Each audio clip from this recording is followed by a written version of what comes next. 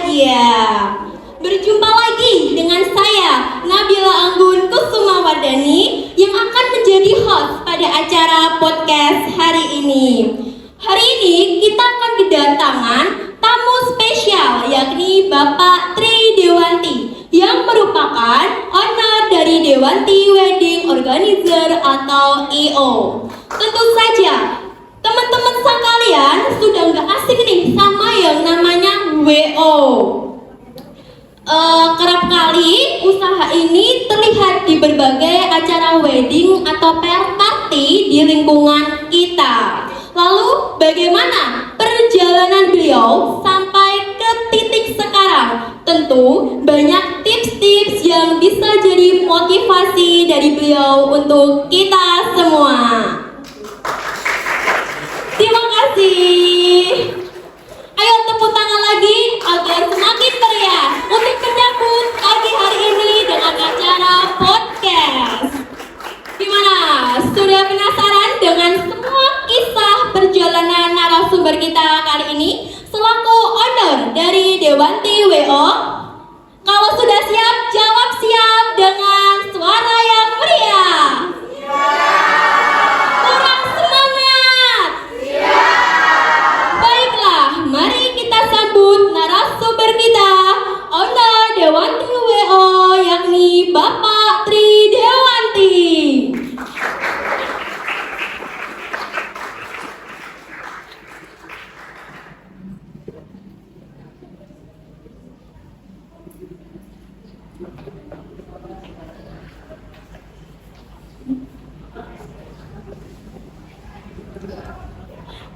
Baik, kita akan memulai perbincangan kita pada pagi hari ini dengan Bapak Tri Dewanti. Sebelumnya Bapak, Assalamualaikum. Waalaikumsalam warahmatullahi wabarakatuh. Sebelum kita mau ngobrol asik pada pagi hari ini, perkenalkan Pak, nama saya Nabila Anggun Kusuma Wardani. Selaku pembawa acara pada pagi hari ini mewakili teman-teman semua, tentunya sesuai dengan tema kita kali ini, yakni belajar bersama berwirausaha di bidang organizer. Baik, mungkin sebelumnya Bapak bisa memperkenalkan diri Bapak kepada teman-teman. Baik, terima kasih. Tadi siapa namanya? Nabila, Pak. Nabila. Sebelumnya diucapkan selamat siang untuk anak-anak saya semua yang luar biasa semangat, luar biasa cantik dan ganteng-ganteng ya. MIPA 2 ya. Udah gak asing karena aku udah sering ngeriwarin ke sini. Perkenalkan, saya owner dari Dewanti Wedding Organizer, beralamatkan di Keragilan, tepatnya di Dukuh Kuntungan, RT 1 RW 3, Keragilan, Mojolaban, Sukoharjo Makmur. Terima kasih. Baik, kita mulai obrolan kita ya teman-teman. Pak, aku mau tanya nih Pak, bagaimana sih sejarah yang melatar belakangi usaha Bapak di bidang organizer ini? Boleh Bapak ceritakan? Baik, siap. Kalau bercerita tentang wedding organizer ataupun perjalanan saya untuk memulai karir di bidang ini sangat panjang sekali. Jadi waktu itu saya seusia anak-anak semua, sama si sekolah kayak anda-anda semua. Jadi saat itu, waktu itu sama keadaan sekarang itu sangatlah beda. Kalau keadaan saat itu orang mau meniti karir, jangankan meniti karir ya, sekolah yang benar aja susah. Karena apa? Memang kehidupan waktu itu memang susah. Makan aja susah. Orang tua juga cuman orang desa, cuman tani. Jadi timbul pada pemikiran saya waktu itu, waktu saya masih di usia-usia panjenengan sedoyo, usia anak-anak semua, apa yang bisa saya lakukan? Nah, saat itu saya masih duduk di kelas 2, terus kalau sekarang kan 9, 10, 11 ya kan, kalau dulu itu 1, 2, 3 gitu. Saya duduk di kelas 2, alhamdulillah waktu itu saya di Bandung. Jadi sekolah di sana ada satu buah atau satu agensi produk jeans. Waktu itu ada Lea, ada Tira, ada Tommy. Nah, saat itu karena memang produksinya ada di sana, tidak kayak sekarang. Sekarang udah era digital, orang cantik banyak, orang ganteng banyak, mencari nggak usah kemana-mana, langsung nyari IG, nyari sosmed cepat sekali. Kalau dulu itu enggak, jadi larinya itu memang mencari benar-benar talent di mana dia benar-benar yang bisa menjiwai di dunia itu tentunya ya. Karena saya ikut di agensi, saat itu saya masuk di dunia permodelan. Nah, makanya terciptalah anak saya, mungkin kenal semua. Iya, sudah kenal Pak, namanya Nilam. Ya. Jadi waktu itu di dunia permodelan, saat itu nggak ada runway, belum ada runway. Saat itu hanya menjadi manekin ya. Setiap ada buyer datang gitu, saya cuma dipajang di depan, dipakein baju, pakein celana, udah gitu doang. Nah, berawal dari situ sembari sekolah dapat cuan lah. Iya dong Pak, itu sebagai tujuannya itu. Ya, dapat cuan. Akhirnya kan ya alhamdulillah bisa meringankan beban orang tua. Saat pertama kali saya pegang cuan waktu itu 25.000. Ya, 25.000 itu kerjanya itu seminggu 4 kali. 4 kali cuma dapat 25.000, tapi senengnya minta ampun. Naik busnya Metro Mini baru 100 perak waktu itu. Senengnya minta ampun, seneng banget. Nah, berawal dari situ akhirnya saya, loh kalau saya bisa melakukan ini kenapa enggak? Iya benar banget kan? Pak. Jadi selain kita itu meringankan beban orang tua, kita juga bisa mengukur diri kita sendiri, batas kemampuan kita sampai di mana di bidang ini tentunya ya. Nah, tetapi tidak ada perjalanan yang semulus jalan tol ya. Sekarang banyak perjalanan yang singkat, bisa dikatakan karbitan. Yang penting punya body bagus, slow high gitu kan, cepat, asal ada duit. Kalau dulu enggak, dulu itu benar-benar skill yang di utamakan kayak gitu. Jadinya dari situ akhirnya saya ikut di manajemen itu cukup lama, sekitar 2-3 tahun lah ya, sampai saya lulus saja masih. Terus akhirnya berkepanjangan artinya saya bisa masuk di PH Production House waktu itu menaungi artis kawaan jenengan semua jenengan kucuri urung direncanakan mungkin ya. Mungkin bapaknya Pak Guru mungkin tahu, kayak Erva Anas, Sally Marcelina, Kiki Fatmala. Ya, itu dulu yang menaungi di production house kami. Waktu itu yang direkturnya atau yang membawai namanya Pak James Sianturi. Rumahnya itu, alamatnya itu ada di Medan, Sumatera Utara, tapi beliau luar biasa menelurkan artis-artis banyak. Nah, berawal dari situ agensi masuk ke PH, dari PH kenalah banyak orang. Makanya relasi itu penting ya, relasi itu sangatlah penting. Kalau orang Jawa bilang bila konco sakake, kowe iki entuk ngeli ning aja keli. Melu sapa wae, ngerti sapa wae boleh, berteman sama siapapun harus. Tetapi ada batasan-batasan di mana ya tadi kita punya prinsip sendiri. Ya, jadi berawal dari situ akhirnya saya melihat kemampuanku, aku di apa ya? Kira-kira di sini saya masuk enggak ya? Ternyata ruhnya saya ikut di situ. Namanya ikut di agensi, otomatis kenalah desainer, kenalah pencipta produk-produk pakaian jadi. Ya, akhirnya saya tidak perlu kayak orang-orang itu sekolah desain, sekolah model, sekolah di keartisan, nggak ada. Hanya perjalanan saya saja yang menjadikan saya seperti ini. Gitu. Jadi apa yang saya pelajari selama ini di sekolahan lah taruh ya, di sekolah nggak ada pelajaran cara bikin baju kayak gimana, cara nggak ada cerita. Jadi dari perjalanan hidup saya saja gitu, pengalaman-pengalaman yang notabene itu hanya sampingan. Sampingan Pak. Sampingan lah kan sama sekolah. Oh iya. Sama sih usia Anda semua gitu. Jadi di situ saya mempelajari dari hal sekecil apapun. Contoh kayak desain baju itu kok bisa seperti itu kayak gimana ya caranya. Saya benar-benar mempelajari. Nah, saya lebih baik jadi orang yang pengen tahu daripada orang nggak tahu tapi saya tahu gitu. Saya nggak takut bertanya, saya nggak malu bertanya, saya nggak malu. Dibilang lu culun, terserah. Ya padanya begini ya begini gitu. Karena sudah jadi prinsip hidup saya selalu ingin menjadi diri sendiri. Selalu ingin menjadi diri sendiri. Satu, kedua, dalam pilihan hidup saya tadi, bagaimana saya bisa mengimplementasikan supaya saya bisa bermanfaat buat orang banyak. Gitu.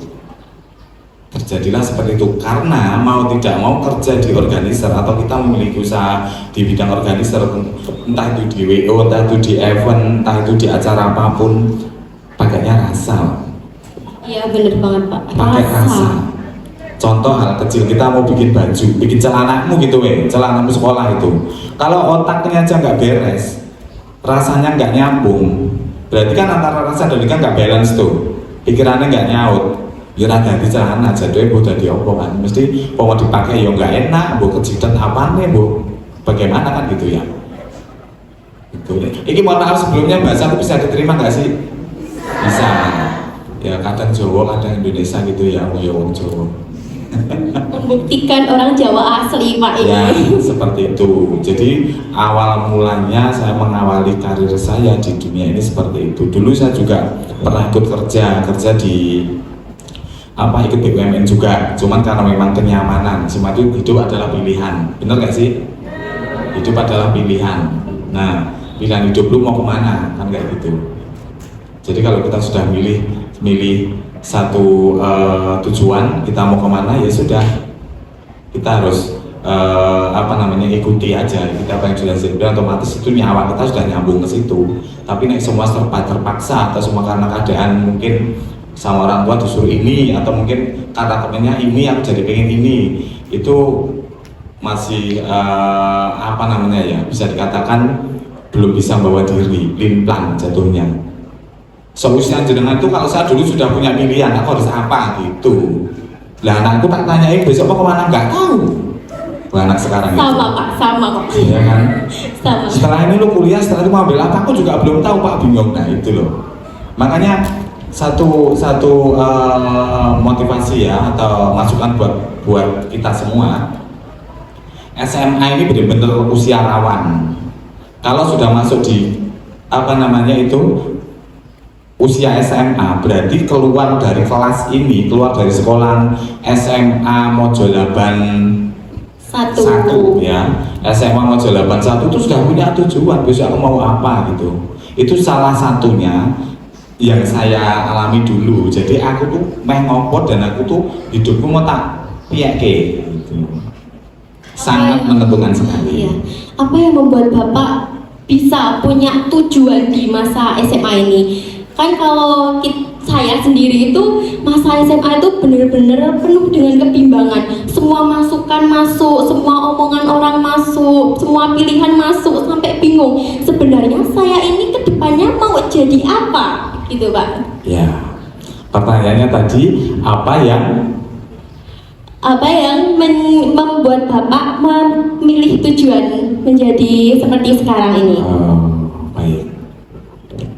Kembali lagi kita lihat pada porsi kita. Porsinya awake dhewe iki kadang-kadang yang Mbak Nabila bilang tadi itu kan itu sangat meluas ya, artinya sangat meluas. Kenapa saya bilang meluas? Karena lingkungan, karena benar. Keluarga, karena teman, circle-nya seperti apa kan itu. Nah, Kalau saya memang basically dari awal ya diriku seperti ini, diri sendiri. Saya memang nggak bisa didikte, saya nggak mau didikte, saya tidak mau melihat temanku kayak gitu, aku harus kayak itu. Saya nggak mau, karena apa? Saya sadar posisi, saya sadar diri bahwasannya memang batas kemampuan saya itu sampai di sini, gitu. Artinya saat itu loh ya. Saat itu, jadi memang teman-teman banyak, ada yang ambil di hukum, ada yang ambil nanti setelah itu jenjangnya kan masih panjang. Nah kira-kira saya mau perhitungkan apa saya bisa. Kedua, otak saya mampu nggak? Kan kayak itu kan sudah terlihat dari saat kita sekolah. Kita tanya pada diri kita sendiri, rasa kita di mana? Kembali lagi rasa ya. Rasa kita di mana? Ingat, antara rasa dan logika itu harus balance. Kalau yang didahulukan cuman logikanya dulu, lihat ya seperti bilang tadi, ada temennya gini bimbang pengen ini, temennya yang ono dengan ono ikut ono, atau pakai rasa aku nggak enak aku ya tak ikut ya itu salah. Makanya kita sudah punya prinsip sendiri, kita sudah punya catatan sendiri, kita harus bagaimana. Pikirkan, pelajari, setelah itu baru action. Jadi segala sesuatu jangan terus menjampalang semau gue. Kadang-kadang memang remaja kayak gitu. Remaja itu merasanya pokoknya dia paling benar, paling kira-kira nanti gampang lah gitu. Di rumah masih ada orang tua, minta apapun dikasih. Salah. Kita semua itu hanya menjalani waktu ya, adik-adik semua, menjalani waktu. Waktu itu ada batasnya, dan batasnya sampai kapan kita nggak tahu, urusannya ilahi ya, urusannya Allah. Jadi kita ya cukup ini aja, kembali lagi tolak ukurnya diri kita sendiri. Aku batas kemampuanku di mana, atau mungkin senenganku nengdi. Kalau kita sudah mencintai sesuatu, pasti kita akan usahakan, upayakan semaksimal mungkin, bener nggak? Contoh kayak Mas Dirga pengen ke tempatnya pacare gitu, ya kan? Kayak gitu. Jadi sama halnya dengan bagaimana kita ke hidup kita gitu. Bagaimana kita untuk menjalani hidup kita. Dulu ya lagi-lagi karena memang aku mencintai gambar. Dulu aku tuh suka gambar batik, gambar apapun itulah ya. Tadinya berawal memang saya suka gambar, terus akhirnya dari situ saya bilang tadi saya ikut di agensi, masuk DP, akhirnya saya ketemu A, B, C, D, pengalaman hidup saya, ketemu desainer bla bla bla, ya sudah, jadilah seperti ini. Itu yang membuat saya mantap bahwasanya memang saya harus mengaplikasikan hidup saya itu di sini untuk mengais rezeki sampai buat anak-anak saya, untuk menata masa depannya, untuk investasi masa depannya, kayak gitu. Baik, Bapak bisa lanjutkan kembali tadi ceritanya tentang Bapak ketika di Bandung ya tadi Pak ya, masih masa-masa sekolah. Lalu setelah Bapak lulus SMA itu ceritanya bagaimana Pak hingga Bapak berani sampai membuka usaha sendiri hingga pindah ke sini? Ya, luar biasa. Ini pengen tahu banget apa sekedar tahu? Pengen tahu banget dong Pak. Saya nggak menceritakan hidup saya sangat-sangat luar biasa. Bagaimana saya dihina orang, bagaimana saya dimaki-maki orang, dibilang anak comberan lah, dibilang pokoknya luar biasa itu. Nah dari situ yang menguatkan saya sebenarnya. Yang menguatkan saya, dan usaha ini pun tidak serta-merta langsung terlihat seperti ini, terlihat yang jangan lihat semua, enggak. Luar biasa, penolakan itu sangat banyak sekali. Karena apa? Kepercayaan, ya kan? Kalau jenengan belum tahu saya, masa mau langsung percaya? Enggak mungkin. Mesti kan saya menawarkan ke jenengan dulu pun nggak mungkin langsung percaya, harus dipelajari dulu track recordnya kayak gimana, kiprahnya di dunia itu organizer seperti apa, terus pernah kemana saja. Jadi kan otomatis kita mau percaya kan harus lihat lihat keseluruhan, nggak cuma lihat di depan mata doang gini langsung percaya kan nggak mungkin, bener kan? Ya benar Pak. Jadi memang paling terpenting itu membangun kepercayaan tadi, gitu. Membangun kepercayaan antar relasi. Nah, kayak gitu. Itu gimana Pak caranya? Agar orang itu percaya, ini loh saya punya usaha ini, saya bisa memberikan kualitas ini. Itu caranya gimana Pak? Nah, itu panjang juga. Jadi kita tidak semudah kasarnya itu kayak orang beli bakso, pesan bakso langsung tunggu sebentar jadi, tidak. Membangun kepercayaan relasi itu satu yang harus kita terapkan di diri kita sendiri adalah apa? Kejujuran. Ya, kejujuran. Kejujuran kemudian disusul dengan disiplin, ya disiplin diri, disiplin waktu, apapun, ya. Hanya dua itu aja menurut saya. Jadi jujur dan disiplin. Kenapa saya bilang jujur? Apapun yang kita tawarkan, apapun yang kita miliki untuk sebuah pekerjaan yang sifatnya akan dipertontonkan untuk orang banyak, organizer kan seperti itu. Iya. Nah, jadi yang penting kita jujur yaitu jujur produk. Kita punya produk ini, saya kan jual jasa, jual jasa kan. Nah, jadi saya hanya nih presentasi, bla bla bla bla bla. Saya ada ini, produk saya ini. Nah, ini tidak serta-merta orang langsung terima. Jadi saya bagaimana caranya supaya orang itu atau customer kita atau klien kita itu mau masuk di saya gitu kan. Caranya adalah saya bikin sponsoran, terima endorse. Jadi saya sponsoran, endorsement ke sana kemari itu kalau 1,5 tahun ya anggap 1,5 tahun, hampir 2 tahun. Mau itu di dinas-dinas, mau di perbankan, sampai Wonogiri, sampai Surabaya, di Jakarta udah kenyang. SCTV Award yang bikin waktu itu SCTV Award tahun berapa saya lupa. Waktu itu kita pakai batik karnival. Pernah lihat di TV SCTV yang pakai Syahrini, itu produk kita. Tahun 2013 saya pegang si Reza Artamevia, itu waktu itu ngisi acara malam puncak tahun baru di Musro. Ya, itu semua filenya ada, kalau adik-adik mau lihat boleh main ke rumah saya, tak kasih lihat. Jadi saya bikin kostumnya, saya ngatur acaranya kayak gitu. Jadi caranya seperti itu tadi, Mbak. Saya harus rela atau berkorban dulu dalam, gimana, maaf semua muslim ya, muslim.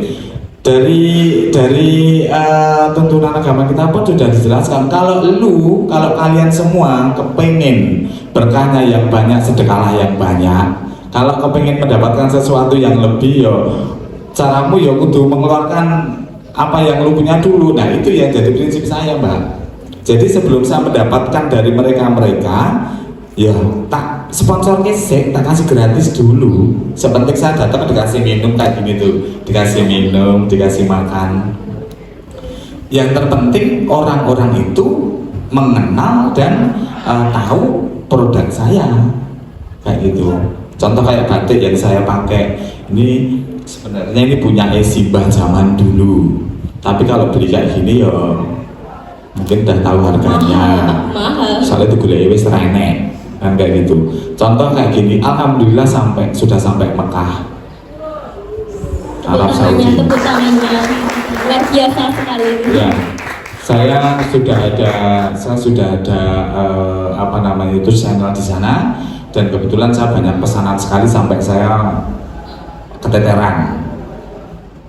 kayak gitu. Alhamdulillah. Itu gara-garanya juga sama saat saya menjalankan ibadah umroh di sana, saya juga nggak sengaja, wong saya orang Jawa, kebetulan saya orang Solo, ya saya ngangkat ininya Solo, ngangkat apa namanya itu Kebudayaan Solo. ya, kebudayaan Solo. Saya pakai batik, yang lainnya pakai itu, ya terserah. Wong dari awal saya bilang memang saya mau lihat ya silahkan lihat, nggak mau lihat jangan lihat. Nah, saya seperti alhamdulillah sama manajernya, direkturnya hotel salah satu di Mekah sana, deket di bawahnya jam persis saya dikejar, saya ditanya, ini saya kaget, wong aku punya paspor kok darani aku, ya kan. Nah ternyata beliau suka dengan karya saya, akhirnya beliau pesan banyak dan saudaranya semuanya pada suka, alhamdulillah. Ya itu tadi, termasuknya kan kayak saya harus memperkenalkan karya saya itu paling tidak saya pakai dulu atau saya sponsorkan dulu, baru saya nanti bisa memberi kepercayaan pada seorang klien atau customer, ya kan. Nah kalau kita sudah ngasih kepercayaan dan kita sudah dipercaya, ya jangan sampai kita terus belenjani, kita harus tetap konsisten. Dan kita harus mampu, ini salah satu jeglongan ya, kita harus mampu menerima kritik saran, harus. Karena sebuah produk atau sesuatu hal yang sifatnya dipakai oleh manusia, entah itu pakaian atau mungkin makanan, entah itu makanan, lidah orang aja beda, lidah beda rasa, mata orang beda penglihatan, beda pemikiran. Jadi ya kita harus mampu dan bisa menerima kritik, intinya itu aja. Luar biasa sekali. Kalau bisa saya sedikit simpulkan, ini usaha Bapak sudah go internasional ya? Alhamdulillah, ya enggak juga lah. Sudah itu Pak, sudah sampai Mekah. Kalau saya tidak pernah mempresentasikan diri saya itu ya kok terus sukses ini aku sudah kesana kemari, enggak. Setiap hari saya itu saya hanya belajar dan terus belajar, tidak pernah merasa puas. Kenapa?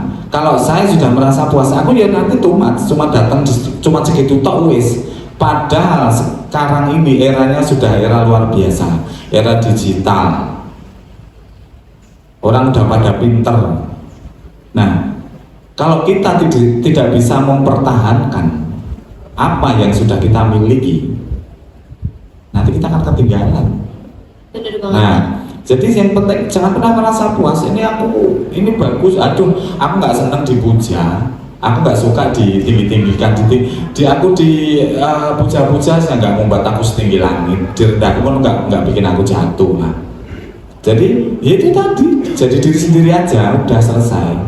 Yang penting setiap hari jangan pernah merasa puas. Karena saya sudah pinter ini, terus kita merasa bangga dan akhirnya malah kita akan lupa diri, nanti jatuhnya akan jadi congkak, jadi sombong. Kalau saya belajar dan terus belajar, kita lihat harus selalu up to date, kita harus lihat update itu sekarang tuh modelnya seperti apa, terus mungkin fashion 2004 itu nanti kayak gimana, atau mungkin nanti ke depan 2025 itu nanti apalagi ya, gitu.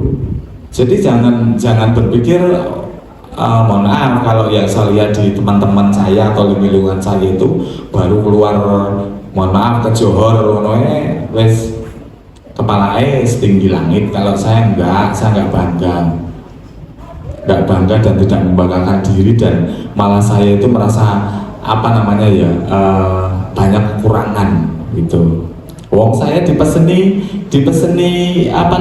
yang dari Mekah itu, saya takut kok kira-kira nanti bisa diterima apa tidak. Padahal beliau itu pasrah dengan model orang yang kayak saya, karakter kayak saya ini kira-kira pantasnya gimana, pokoknya saya ikut.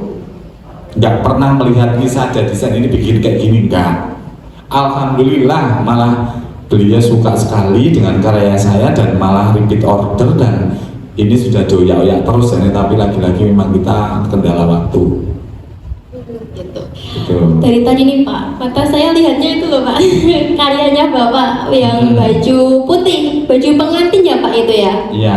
Bisa Bapak ceritakan nih, dapat idenya tuh dari mana sih Pak? Sama bahan-bahannya itu apa saja? Ya. Baik, kalau yang ini maksudnya? Iya itu.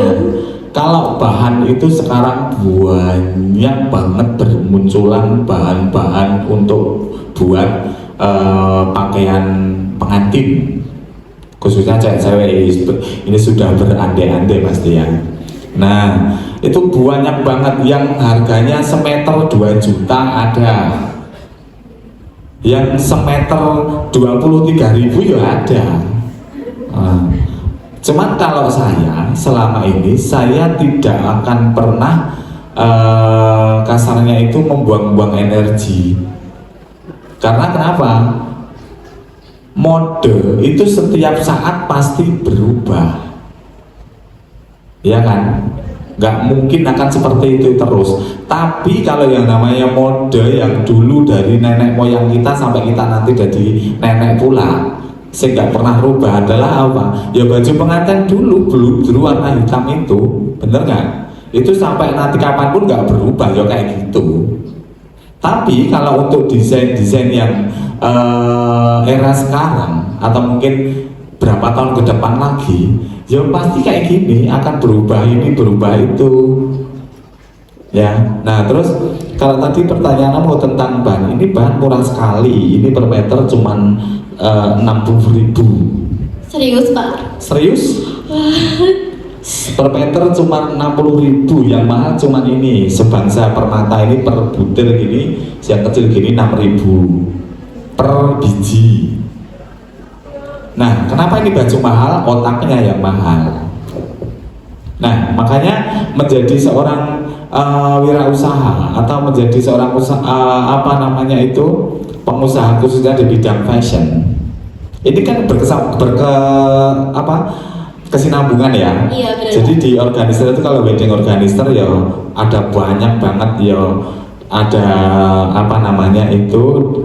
desainer, ada MUA, ada mungkin tim dekorasi, ada fotografi, videografi, dan untuk itu mengisi acara kayak ada talent-talent hiburan, itu sudah mencakup di kita semua. Nah ini kita bahas tentang ini tadi, yaitu tadi saya bilang ini murah 60.000 per meter, di Solo banyak, atau bahkan nanti kalau sudah berapa bulan ke depan sudah murah lagi karena ketimpa dengan model yang baru. Nah kayak gitu, yang mahal ya yang masang-masang sama otaknya aja. Butuh berapa lama Pak untuk membuat itu? Kalau ini karena saya semuanya itu personal ya, saya jujur untuk masalah desain baju ini kan karakter, saya belum bisa percaya sama orang itu, saya belum bisa percaya, jadi saya tanganin sendiri, paling yo kae kancamu kae saya tahu ya, oh ya ayo pasang. Sudah cerita kok. Ya kayak gitu. Jadi ya lumayan lama ya seselesainya sampai kadang 2 bulan, kadang 3 bulan. Kalau nggak ngapa-ngapain ya sebulan jadi. Kalau nggak ngapa-ngapain mesti ada kerjaan lain. Itu hitungannya cepat loh Pak, karena kalau dilihat rumit sekali ya masang itu. Rumit dan tidaknya kembali ke kita. Kita mau bikin rumit atau mau bikin enjoy. Segala sesuatu kalau dari awal kita sudah, makanya dari awal sudah dibahas, sudah jadi pilihan, sudah menjadi pilihan ya wes. Pikirkan itu, pelajari itu, action, jalani. Jangan takut salah, jangan takut keliru. Salah yang dibenerke. Jadi kalau mengerjakan sesuatu, kalau kita tuh ngerjakan ini salah terus kita ganti yang lain, buang waktu Anda habis. Tapi kalau kita mampu dan mau menerima kesalahan kita sendiri, kita akan mempelajari. Oh iya, salahnya di sini berarti aku harus begini. Gak ada usaha kok semulus jalan tol, gak ada, ya kan? Mesti proses ini mesti menyakitkan. Gak ada proses langsung enak, proses itu menyakitkan. benar nggak? Ya, proses itu menyakitkan. Tapi saat kita tuh sudah di titik baliknya kita atau di akhir ceritanya, ya kan? Ya, proses tidak mengkhianati hasil. Itu karena apa? Kita sudah paling tidak dengan kita mengakui atau kita menerima kesalahan kita tadi, paling tidak itu akan membuat mental kita akan bertambah kuat. Sedikit kita akan dikuatkan dengan situasi-situasi yang tidak enak tadi. Itu. Dari perjalanan Bapak ini memang sangat panjang, penuh dengan lika-liku, Panjang banget. penuh dengan pengorbanan. Pasti pengalaman baik dan buruk itu pasti ada ya Pak. Kalau untuk pengalaman buruk dari usaha ini apa Pak? Waduh. Yang pernah Bapak dapat? Pengalaman buruk. Ini nanti kalau saya cerita terlalu melankolis ya. Saya langsung ambil ininya saja ya. Jadi pengalaman buruk saya adalah saat itu kita mau ada event off air. Jadi saat saya di PH kita mau off air. Off air ada 3 tempat, satu di Bali, kedua di Pekanbaru, ketiga di Jakarta. Nah, saat itu kita harusnya ke Bali dulu. Nah, saat kita mau perjalanan ke Bali, karena kita salah ini ya, salah apa namanya itu, wawasannya itu kurang, wawasannya si kreatornya itu kurang. Akhirnya dia tidak teliti ini yang tim ini larinya kemana, yang tim ini larinya kemana gitu. Jadi kita salah informasi, saya langsung terima terima messenger waktu itu bahwasanya nomor boarding pass Anda bla bla bla bla, saya langsung lari ke mana? Bandara, ya kan? Nah, harusnya saya ke Bali, ternyata saya itu boarding pass saya itu ke Pekanbaru. Nah, akhirnya kita nggak sampai lokasi. Nah, nggak sampai lokasi kena penalti. Iya, kena penalti karena kita sistem, Mbak. Sistem manajemen itu seperti itu. Jadi kita harus benar-benar namanya kerja di organizer. Apalagi kalau kita mengadakan kayak macam kunjungan lah, kunjungan yang sifatnya kita pakai artis besar. Kemarin dulu artis kita Agnes Mo.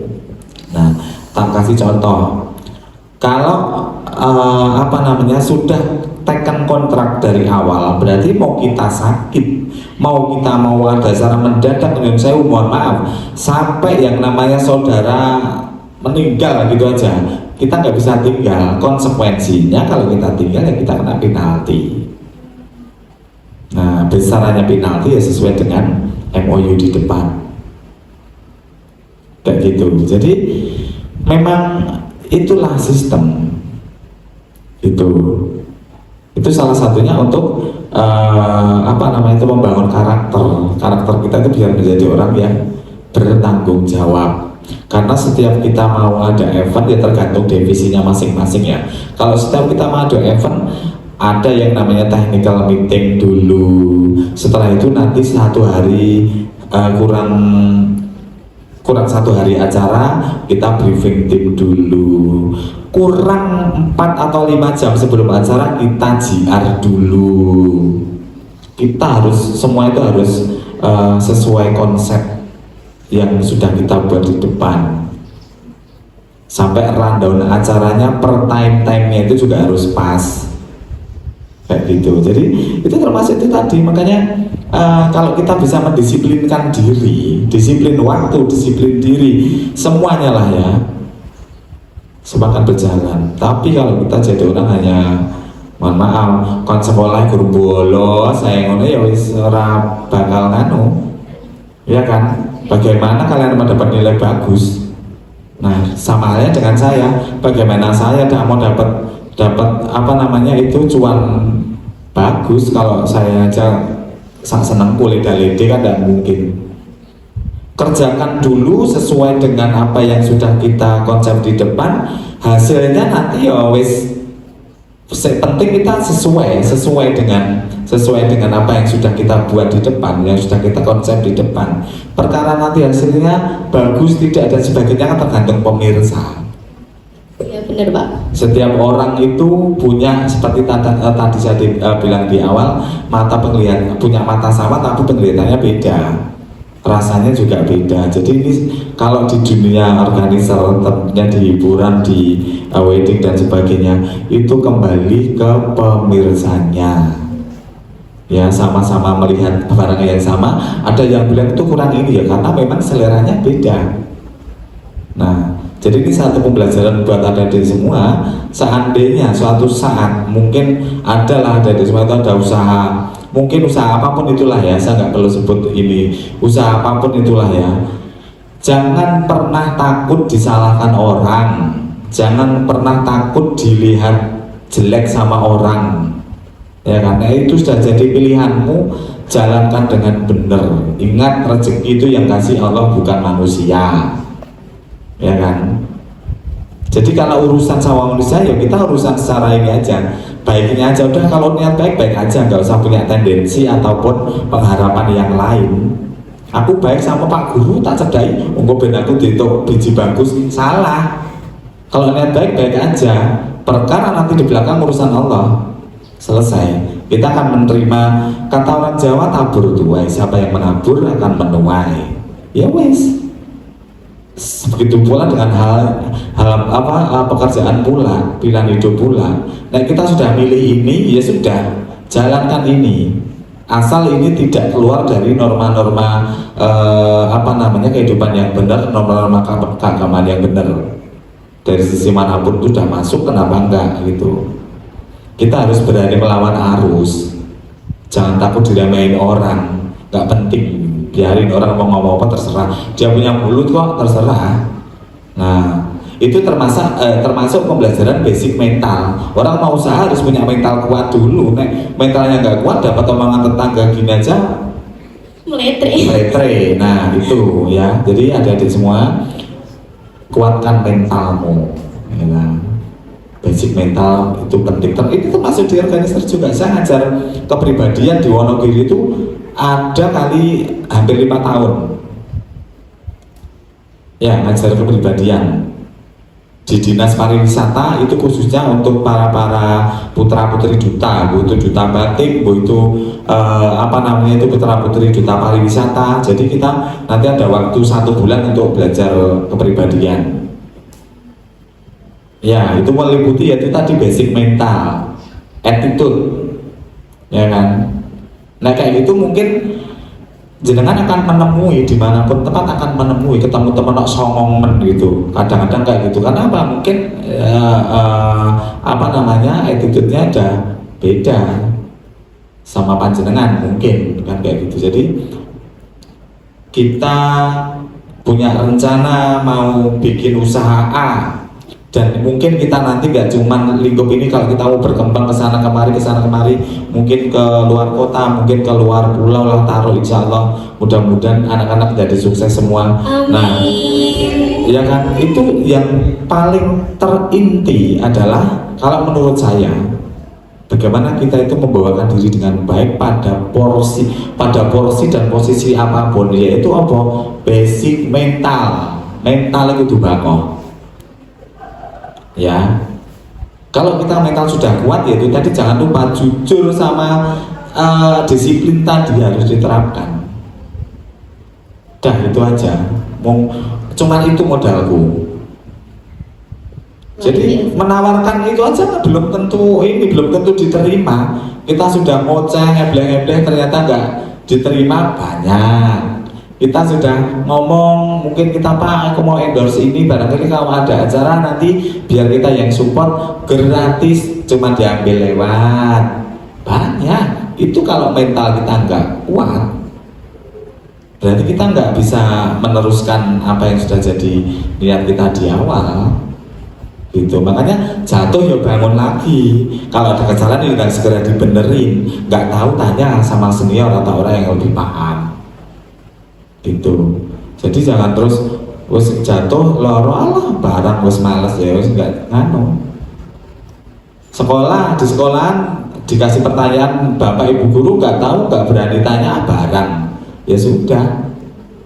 Jalan di tempat. Alamat, ya kan, alamat itu nanti kemanapun anda ketemunya alamat palsu, jalan buntu itu. Jadi apapun itu ya itu tadi, adik-adik semua harus benar-benar dipersiapkan matang-matang ya untuk menjadi seorang usahawan atau berwirausaha. Satu, basic mental, kedua modalnya jujur sama disiplin wes.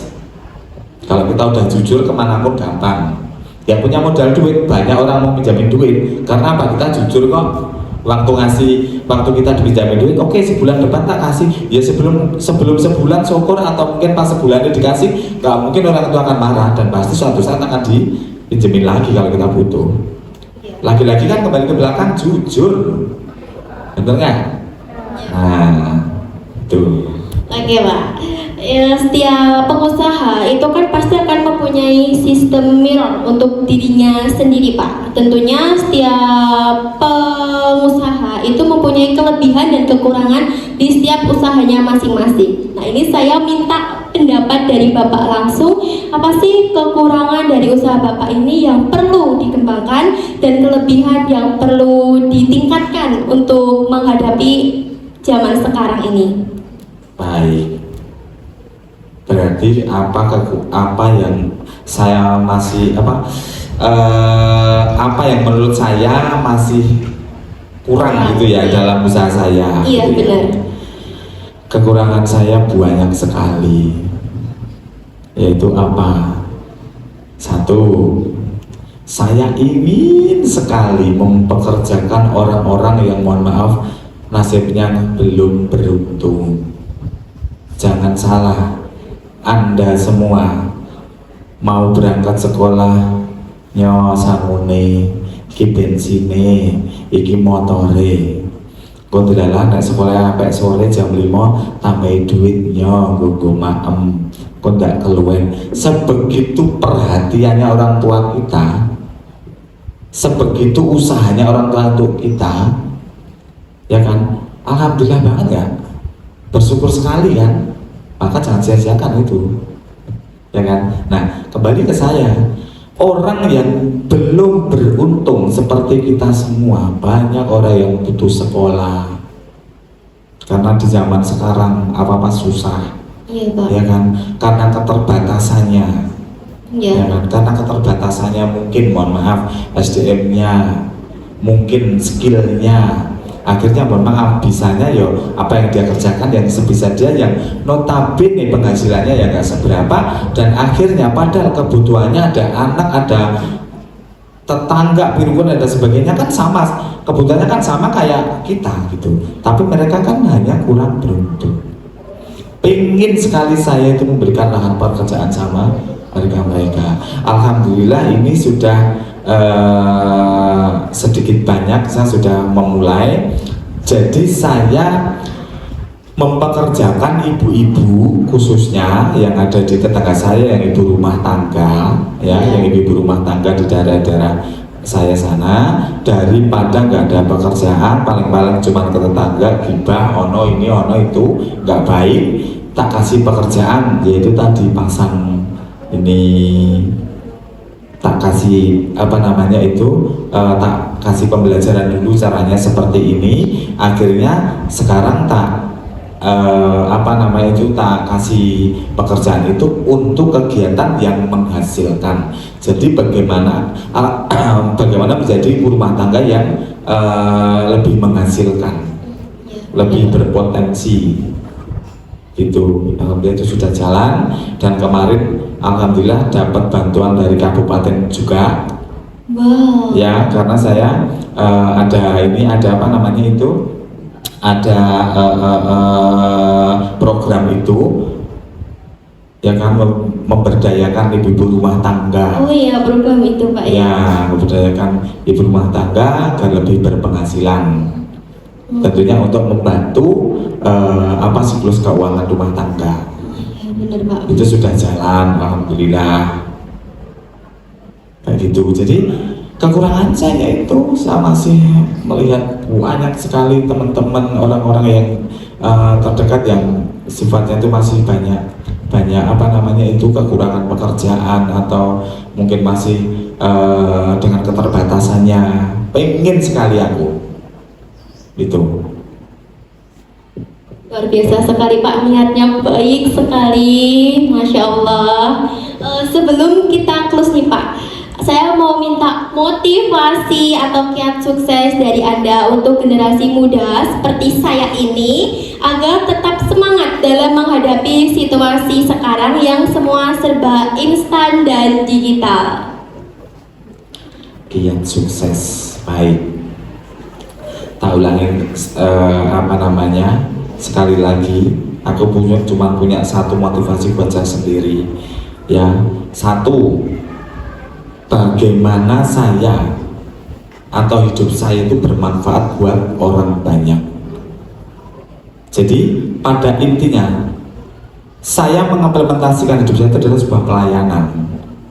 Sebelum saya jelaskan ya, saya satu melayani Tuhan saya yaitu Allah kalau kita Muslim. Iya Pak. Kedua, saya melayani orang tua saya walaupun mungkin sudah meninggal atau masih hidup. Ketiga, saya melayani keluarga ketiga saya dan istri saya. Keempat, saya melayani lingkungan saya. Yaitu tadi, apapun yang kita dapat di dunia ini, seberapapun itu sebagian milik orang lain. Yang kata dasarnya adalah hasil kita itu 2/2-nya milik orang lain. Nah, berkaca dari itu atau mengawali dari itu, yaitu tadi motivasi saya adalah biar kita selalu tetap bisa mempertahankan yang sudah ada, mempertahankan pemberian Allah yang sudah ada. Ya kita harus balance antara kebutuhan dan keinginan tuh harus balance. Karena yang saya lihat di lingkungan saya, nah ini ya mungkin podo orang. Oke keinginannya tiba kebutuhannya. Nah, iya Pak. Itu loh. Saya nggak begitu butuh neng ingin ini, ingin itu, ingin ini dan itulah repot. Kantong bapak lama-lama jebol. Nah jadi motivasinya itu aja, kita menjadi orang pribadi yang jujur, yang selalu disiplin dengan satu prinsip pilihan hidup kita tadi mau kemana. Tentunya kalau untuk usaha ya pilihan usaha kita tadi judulnya apa, cukup itu aja. Disiplinkan diri, selalu jujur, selesai. Wes, nggak mungkin kita nggak dapat jalan. Wong jujur kok, ya ada kata wong jujur mesti ajur. Nah, kata seperti itu tuh dibutuhkan untuk orang yang punya penyakit hati, orang iri, orang dengki, pasti, ya kan? Karena lihat kamu sukses seumpama saya sakit hati, nah terus akhirnya aku bikin hoak di luar sana tentang dirimu, akhirnya terus kamu jatuh, dibilangnya ajur, sebenarnya enggak, ya kan? Kembali ke diri kita masing, tanya pada diri kita, tanya pada hati kecil kita, hidupku mau tak bawa kemana? Untuk memperjuangkan atau untuk meneruskan estafet dari keluarga saya. Kalau keluarga saya basically seorang usahawan atau seorang wirausaha, berarti apakah saya harus usaha apa? Mungkin. Nah ya udah, disiplin, jujur, jangan takut salah. Hidup kita yang punya kita, ya kan? Mau dilihat orang mau seperti apa terserah. Yang penting kita selalu percaya diri. Untuk membangun percaya diri, basic mental harus dikuatkan. Ya kan, menghadapi keadaan sekarang itu kalau mentalnya nggak kuat bubar.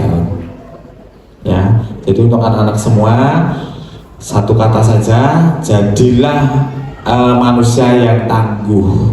Jadi manusia yang tangguh, apapun nanti cobaan, ujian dimanapun kalian cuma harus kuat, maka ya kan, kuatkan mental Anda. Belajarlah kepribadian yang benar. Jadilah manusia-manusia yang selalu jujur dan disiplin. Wes, itu aja. Di mana tempat kalian akan mendapatkan orang-orang yang baik. Insya Allah, Allah pasti akan selalu menemukan orang-orang yang baik, dimudahkan pintu rezeki, itu sudah pasti. Jangan pernah ragukan janji Allah, ya kan? Satu hal yang jangan pernah kalian lakukan, memutuskan hubungan, ya, hubungan apapun, hubungan pertemanan, hubungan persahabatan. Lebih baik orang ramai di depan daripada nanti ramai di depan akhirnya terus baik daripada nanti ramai di belakang terus akhirnya bubar. Kalau kalian semua memutuskan hubungan, ingat itu sudah memutus tali silaturahim, ya, sudah memutus tali silaturahim, otomatis pintu rezeki Anda sudah tertutup sebagian. Nah, itu ya, kiat dari saya cuma itu. Jadi selama ini saya tidak percaya kok iki gara-gara aku pinter, gara-gara aku so pasang iki terus aku iso dilihat. Enggak, saya percaya cuma sama Allah aja. Jadi apa yang saya dapat selama ini, apa yang saya nikmati selama ini, berarti itu sebuah itu jawaban dari pertanyaan-pertanyaan saya yang sudah lewat, atau itu hasil dari proses saya. Saya mengartikan atau artikulasi kata sukses dari saya simpel aja. Bagaimana saya bisa melewati sebuah proses? Ya proses perjalanan hidup saya.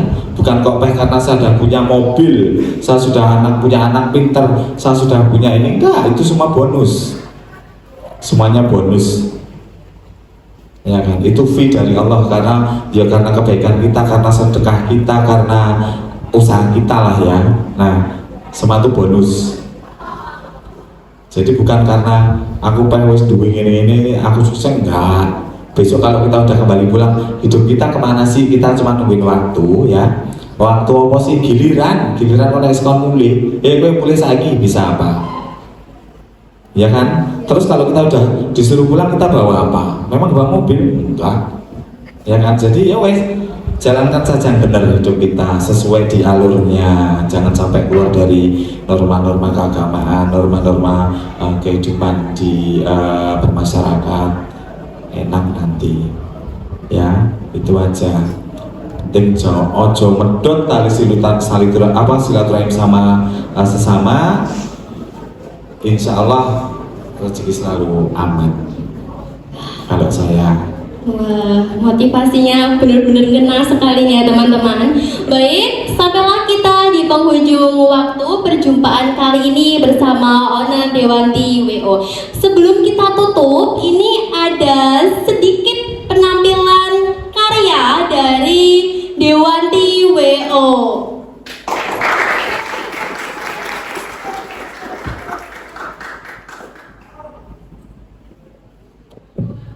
Ya, ini salah satu karya dari kami.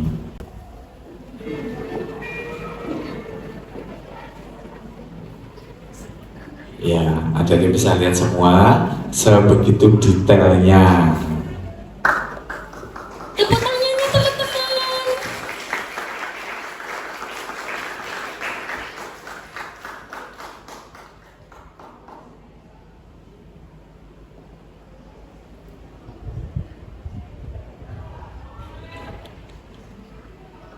Ya, baik.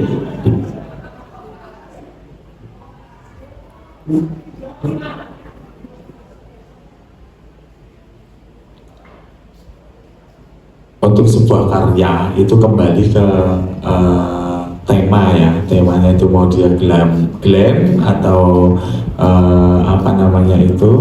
elegan atau simple atau yang bagaimana, itu kembali ke temanya.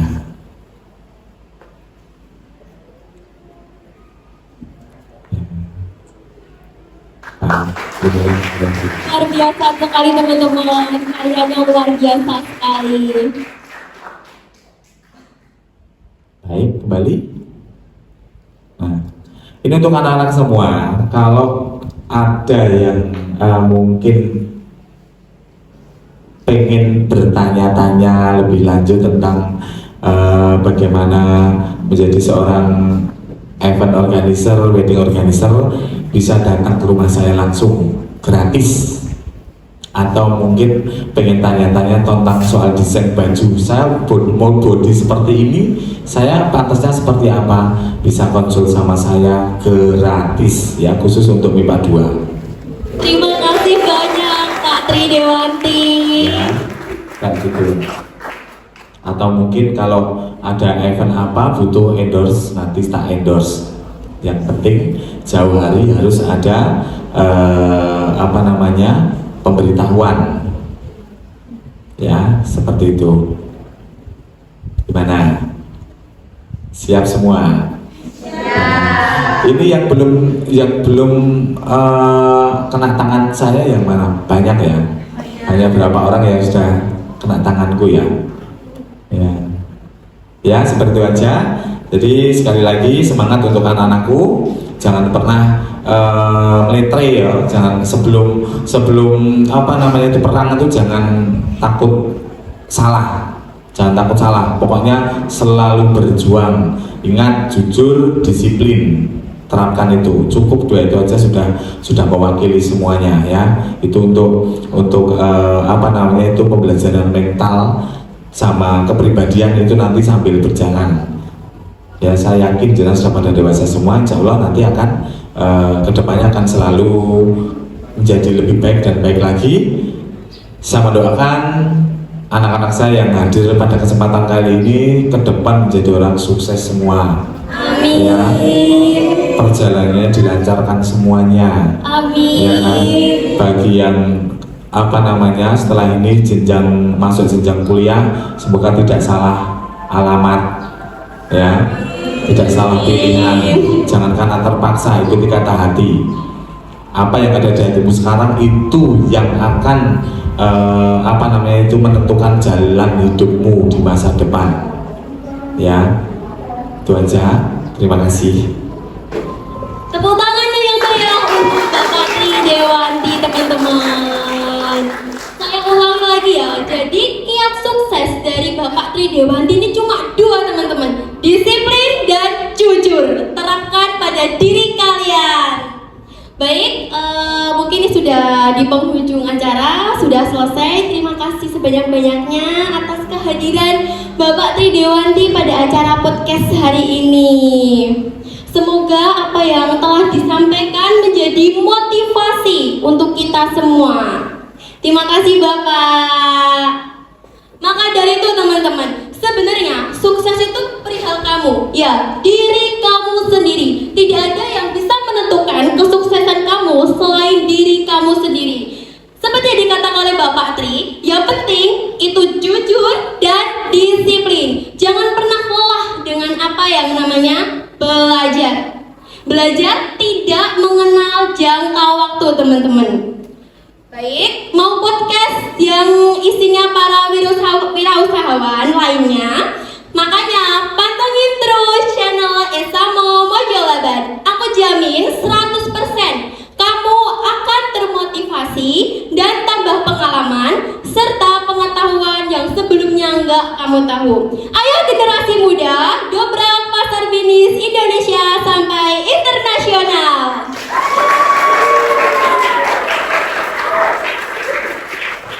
Seperti biasa, jangan lupa kalian pencet tombol like, komen, dan subscribe di channel Esamo Mojolaban. Terus ikuti podcast lainnya ya teman-teman. Saya Nabila Anggun Kusuma Wardani undur diri, mohon maaf jika ada salah kata. Sebelumnya, agar untuk menambah semangat teman-teman, aku ada pantun nih. Belum. Hari panas, sawah membelah. Hutan rimba terdapat si rusa. Maafkan kalau ada salah, namanya juga manusia. Wassalamualaikum warahmatullahi wabarakatuh.